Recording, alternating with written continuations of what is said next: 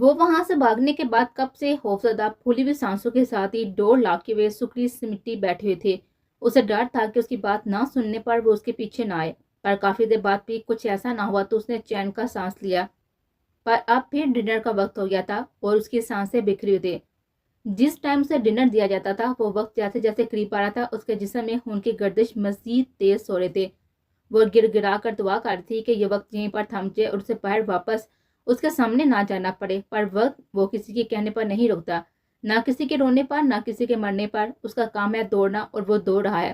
ہمدرد گھنی پلکوں کا بار توڑنے کے لیے آنسو مچل رہے تھے جنہیں وہ ڈپٹ کر پیچھے دھکیلتی تھی۔